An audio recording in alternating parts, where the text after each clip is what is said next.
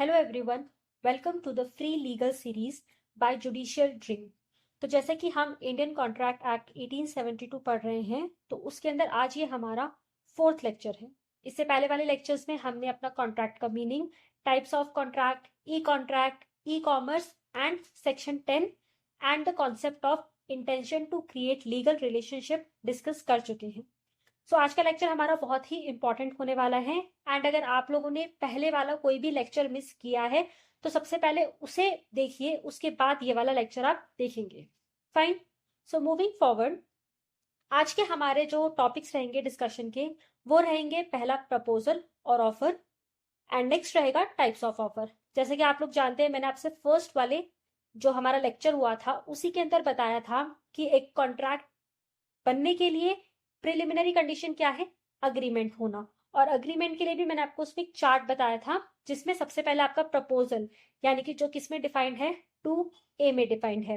Proposal के साथ acceptance आएगा तो प्रॉमिस बनेगा, प्रॉमिस के साथ कंसिडरेशन आएगा तो अग्रीमेंट बनेगा, और जब उस अग्रीमेंट में एनफोर्सेबिलिटी होगी बाय लॉ तो वो कॉन्ट्रैक्ट बनेगा। तो उसके अकॉर्डिंगली हम आज जो फर्स्ट इंग्रेडिएंट है, दैट इज योर प्रपोजल या ऑफर, वो डिस्कस करेंगे। मूविंग फॉरवर्ड, ये आपकी डेफिनेशंस हैं जो कि आपके इंडियन कॉन्ट्रैक्ट एक्ट के section 2 that is interpretation clause के अंदर दी गई है। तो सेक्शन 2A हमको प्रपोजल की डेफिनेशन देता है। प्रपोजल को हम ऑफर भी कहते हैं।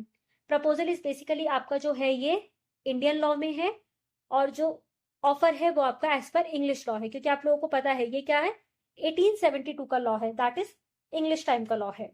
सो अब इसमें हमें डेफिनेशन क्या दी है, when one person signifies to another his willingness to do or abstain from doing anything with a view to obtaining the assent of that other to such act or absistence, he is said to make a proposal। तो मतलब क्या हुआ, एक party दूसरी party की consent लेने के लिए अपनी विलिंगनेस शो करती है, या तो कुछ काम करने के लिए या कुछ काम ना करने के लिए, दैट इज टू डू और एब्सटेन फ्रॉम डूइंग। तो वहां क्या होगा, वो एक प्रपोजल रहेगा। जैसे अगर मैंने आपको बोला कि मैं बेयर एक्ट सेल करना चाहती हूँ, तो मेरी इंटेंशन क्या है, आपसे उस चीज के लिए कंसेंट लेना, कि आप बोले कि ठीक है मैम, हम बेयर एक्ट परचेज करना चाहते हैं। तो वहां क्या है, ये क्या है, मेरी तरफ से आपके लिए ऑफर है, एक प्रपोजल है। ठीक है। अब जैसे कि आप जानते हैं प्रपोजल में मिनिमम 2 पार्टीज होना रिक्वायर्ड है। ठीक है, जैसे एक मैं पार्टी, एक आप पार्टी। इन पार्टीज को क्या बोलते हैं, ये हमें बताता है सेक्शन 2 सबसेक्शन C। इन्हें बोला जाता है प्रॉमिसर एंड प्रॉमिसी, जिसे आप ऑफरर या ऑफरी भी बोल सकते हैं। बट आपके बेयर एक्ट में जो वर्ड्स हैं वो प्रपोजल है, प्रॉमिसर है एंड प्रॉमिसी है। सो अब प्रॉमिसर कौन होता है, the person making the proposal, यानी कि हमारे इस कॉन्ट्रैक्ट में प्रपोजल कौन हुई, मैंने आपको प्रपोजल दिया है, और जो पर्सन एक्सेप्ट करेगा उस प्रपोजल को, इन रिटर्न अपनी एक्सेप्टेंस देगा, यानी कि आप, तो वो क्या होगा, प्रॉमिस। सो ये हमारे पास जो हमारे बेसिक टर्म्स थी उनकी डेफिनेशन है। अब हम चलते हैं थोड़ा सा आगे, और इसमें हम देखते हैं कि एक वैलिड ऑफर या एक वैलिड प्रपोजल के लिए क्या क्या एसेंशियल एलिमेंट्स होने रिक्वायर्ड है। जैसे हमने लास्ट वाली क्लासेस में डिस्कस किया था कि एक वैलिड कॉन्ट्रैक्ट के लिए सेक्शन 10 फुलफिल होना जरूरी है। इसी तरीके से एक वैलिड ऑफर या एक वैलिड प्रपोजल के लिए क्या क्या चीजें जरूरी हैं। तो सबसे पहला आता है there must be 2 parties. Last slide में हमने डिस्कस करा प्रपोजर प्रपोजिंग, यानी कि प्रॉमिसर या प्रॉमिसी। इसी तरीके से सेकंड आता है clear, certain and unambiguous communication. जो मैं आपको कम्युनिकेट कर रही हूँ वो एकदम क्या होना चाहिए, क्लियर होना चाहिए, अनसर्टेन होना चाहिए, और ऐसा नहीं कि उसमें कोई एम्बिग्यूटी हो। ठीक है, एकदम क्लियर कम्युनिकेशन होना चाहिए। Next, intention to obtain assent of the other party. ये हमारी डेफिनेशन का ही पार्ट था कि मैं किस इंटेंशन से आपको ऑफर दे रही हूँ, आपकी एक्सेप्टेंस लेने के लिए। Next, intention to create legal relationship. ये हमने कल वाले लेक्चर में भी डिस्कस किया था कि लीगल रिलेशनशिप अगर आपका इंटेंशन नहीं है क्रिएट करने का, तो वो कॉन्ट्रैक्ट बन ही नहीं सकता, वो सिर्फ एक क्या रह जाएगा, agreement. Fine. And last is proposal can be positive और नेगेटिव, जो अभी हमें डेफिनेशन से ही इंप्लाइड समझ में आया। पॉजिटिव मतलब टू डू समथिंग, मैंने आपको बोला कि आप बेयर राइट परचेज करेंगे, तो ये क्या है कि मैं आपसे कुछ करने की एक्सपेक्टेशन कर रही हूँ। And next is negative, that is to abstain from doing anything. Suppose मैंने और आपने कोई कॉन्ट्रैक्ट किया, अब मैंने क्या किया, मैंने उस कॉन्ट्रैक्ट का ब्रीच कर दिया। अब इन रिटर्न मैंने आपको क्या ऑफर दिया कि मैं आपको 5 लाख रुपीज दूंगी, आप मेरे अगेंस्ट लीगल प्रोसीडिंग मत कीजिएगा। तो ये जो नहीं करने वाली चीज है वो क्या होती है, एब्सटेन फ्रॉम डूइंग समथिंग। तो इसलिए हम बोलते हैं प्रपोजल कैन बी पॉजिटिव और कैन बी नेगेटिव। तो ये हमारे हैं essential elements. Directly MCQ questions आते हैं सेक्शन नंबर पे भी, एलिमेंट्स पे भी। सो दोनों स्लाइड्स को अच्छे से आप याद कीजिएगा। मूविंग फॉरवर्ड, अब ये हमारा बहुत ही इंटरेस्टिंग टॉपिक है, that is types of offer, क्योंकि इसके अंदर हमारे डायरेक्ट एमसीक्यूज के तो क्वेश्चन बनते ही बनते हैं, इसी के साथ साथ हमारे मेंस में भी बहुत डायरेक्टली ये चीजें पूछी जाती है। ठीक है, अब हमारे पास टाइप्स ऑफ ऑफर में 7 टाइप्स ऑफ ऑफर्स हैं। First is express offer, implied offer, cross offer, counter offer, general offer, specific offer and standing और ओपन ऑफर। अच्छे से एक एक ऑफर को हम डिस्कस करेंगे। हाँ, कॉन्ट्रैक्ट क्या हो सकता है, एक्सप्रेस, इम्प्लाइड। एक्सप्रेस मतलब through the words, words return भी हो सकते हैं, ओरल भी हो सकते हैं। और इम्प्लाइड हमने क्या पढ़ा था, अदर देन वर्ड्स, यानी कि हमारे एक्शंस, हमारे जेस्चर्स, हमारे सर्कमस्टेंसेस, तो वो क्या होता है, implied contract. In the similar way offer में भी हमारे पास express offer, implied offer, definition same ही रहने वाली है। तो एक्सप्रेस और इम्प्लाइड ऑफर हमें एक्सप्रेसली हमारे इंडियन कॉन्ट्रैक्ट एक्ट के सेक्शन 9 में दिया गया है, जो क्या बोलता है, प्रपोजल और acceptance of any promise is made in words, the promise is said to be express. ये आपका बेयर एक्ट का प्रोविजन है। मतलब क्या है, N express offer is one that is made by the use of words whether they be spoken और written. इसके अंदर हमारा क्या क्या आता है, मेल के थ्रू भी हो सकता है प्रपोजल, जैसे हमने ई कॉन्ट्रैक्ट्स पढ़े थे, फोन पे भी हो सकता है, थ्रू इंटरनेट भी हो सकता है, पेन पेपर के थ्रू भी हो सकता है एज ट्रेडिशनल कॉन्ट्रैक्ट्स। तो ये हमारा होता है express offer. Moving forward, implied offer that is also given in section number 9। तो वहां हमारा बेयर एक्ट क्या बोलता है, प्रपोजल और acceptance is made otherwise than in words, that is वो आपके कंडक्ट से इम्प्लाइड है, the process is said to be implied. अब एक इसका जनरल मीनिंग समझते हैं। An implied contract is a legally binding obligation that derives from action, conduct और circumstances of one or more parties in an agreement. Example, bid at an auction, consuming eatable at a self service restaurant. आप restaurant में गए, आपने menu card देखा, आपने dish order करी, आपने उसको कंज्यूम करी, तो यहाँ आपके एक्शंस, आपके जेस्चर शो करते हैं कि आपको उस डिश का पेमेंट करना होगा। So that is what implied contract. आपके और रेस्टोरेंट के बीच में कोई एक्सप्रेस कॉन्ट्रैक्ट नहीं है, बट यहाँ पर इम्प्लाइड ऑफर भी है और कॉन्ट्रैक्ट भी है। सो ये तो हमारे बहुत ही बेसिक जनरल टाइप्स थे, जिनके बारे में आप पहले से भी लेक्चर वाले से लिंक कर सकते हैं। अब आते हैं हम इसके केस लॉ पे। अब अगर आप देखेंगे तो आगे हर टाइप ऑफ ऑफर के साथ हमारे कुछ केस लॉज हैं, बट ये केस लॉज क्योंकि ये एक्ट 1872 का है, दैट इज इंग्लिश टाइम का है, इसलिए हमारे जो केस लॉज हैं वो मोस्टली आपके इंग्लिश केस लॉज है। फाइन, सो इनको आप अच्छे से याद करें, टाइम लेकर आराम से धीरे धीरे लीडिंग केसेस एटलीस्ट आप याद करें, फैक्ट्स नहीं, बट किस चीज से वो केस रिलेटेड है और उसमें क्या हेल्प किया गया है।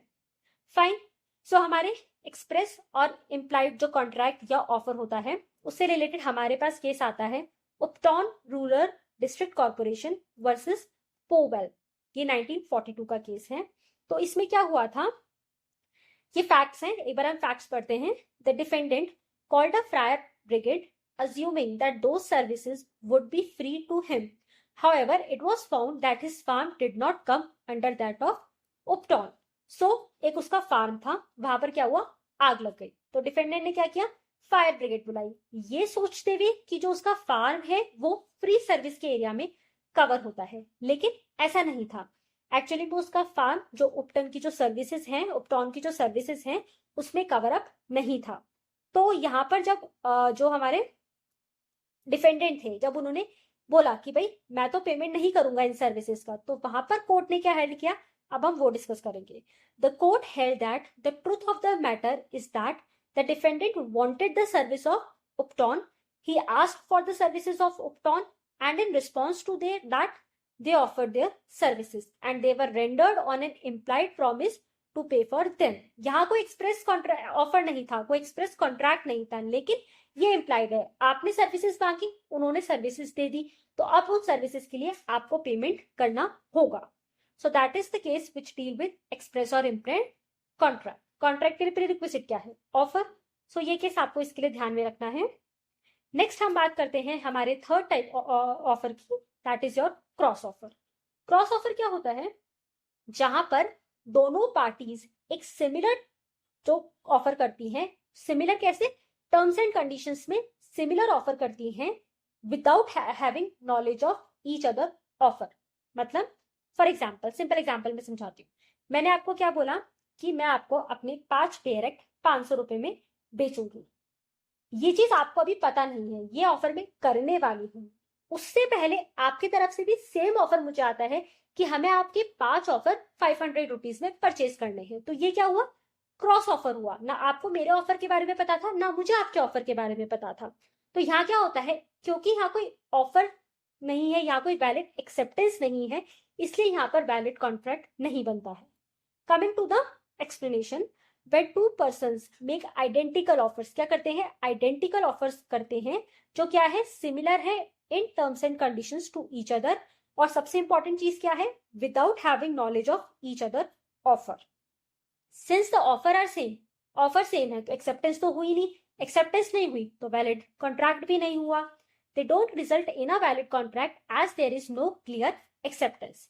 Example, a situation where A offers to sell his house to B for 20 lakh and B, unaware of A's offer to buy the same house from A for 20 lakh. So this is cross offer. Moving forward, इसके लिए जो leading case law आपके पास ten versus Hoffmann का, इसके facts क्या हैं? The defendant offered to sell 800 tons of iron at 69 rupees per ton to the petitioner. At the same time, the petitioner also made an offer to purchase the same quantity of iron from the defendant at the same price. So ये क्या हुआ? Cross offer हुआ। तो इसमें court ने क्या held किया था? The court held that these cross offer are made side by side and both parties did not have any idea about such offer. दोनों ही पार्टीज को नहीं पता कि ये सेम ऑफर होने जा रहा है। So the parties are not bound to honor the contract because contract form ही नहीं हुआ। A cross offer cannot be treated as any mutual acceptance. Thus, no binding effect would accrue on either party. So this is about cross offer. अब हम चलते हैं counter offer की तरफ।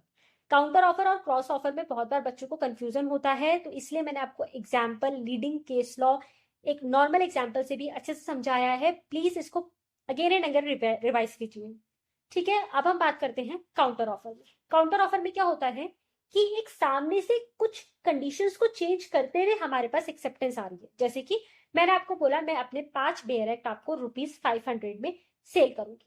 आपने क्या बोला? नहीं मैम, हम आपके 5 बेयर एक्ट तो खरीदेंगे लेकिन 200 रुपीज में। तो यहाँ क्या हुआ? आपने कुछ कंडीशंस चेंज करके अपनी एक्सेप्टेंस देनी चाहिए। तो इससे क्या होता है, अगर ऐसा कंडीशनल सामने से ऑफर आता है तो जो ओरिजिनल ऑफर होता है, यानी कि जो मैंने आपको ऑफर दिया था 500 रुपीज वाला, वो एग्जिस्ट नहीं करेगा अब, ठीक है। तो उस पर आप अब अपनी एक्सेप्टेंस दे ही नहीं सकते। So a counter offer is the type of offer involving rejection of original proposal made by the offeror. जो मैंने आपको ओरिजिनल ऑफर दिया था वो क्या होगा? वो अपने आप में ही रिजेक्ट हो जाएगा काउंटर ऑफर होते हैं, क्योंकि आपके सामने से क्या आया? एक और ऑफर आया जिसमें कंडीशनल चेंजेस थे, ठीक है। So after communicating the original offer to the other party, the interested party comes back with revised or newer terms under which he or she wants the contract to be formed. अब आप क्या चाहते थे मुझसे? 200 रुपए में 5 pair act खरीदना। मैं क्या कर रही थी? 500 रुपए में 5 पेयर एक्ट आपको दे रही थी। तो जैसे ही आपने वो कॉन्ट्रैक्ट किया, उससे मेरा जो ओरिजिनल कॉन्ट्रैक्ट था वो रिजेक्ट हो जाता है। For example, A offers B a house for 20 lakh, B agrees to buy the house for 15 lakh. तो ये 15 लाख जब उन्होंने बोला तो जो 20 लाख वाला ऑफर था वो अपने आप में रिजेक्ट हो जाएगा। So this amounts to a counter offer and would mean the rejection of the original offer. इसके लिए हमारा लीडिंग केस लॉ जो है वो है हाइड वर्सेस रेंच 1840 का। The counter offer terminates the original offer. इसमें क्या हुआ था, इसके फैक्ट्स पहले डिस्कस करते हैं। Wrench offer to sell his farm to Hyde for $1 lakh for pound 1000. Hyde refused the offer and offered to buy it for pound 950. ठीक है, व्रेंच ने ऑफर दिया था 1000 पाउंड के लिए, हाइड ने उसको रिफ्यूज करके कितने का ऑफर दिया, 950 पाउंड का। तो इससे क्या हुआ, जो व्रेंच का ओरिजिनल ऑफर था 1000 पाउंड वाला वो टर्मिनेट हो गया, क्योंकि ये क्या हुआ, काउंटर ऑफर हुआ। Wrench refuse the counter offer, उसने मना कर दिया कि नहीं भाई मैं तो अपनी लैंड 950 में नहीं सेल करूंगा।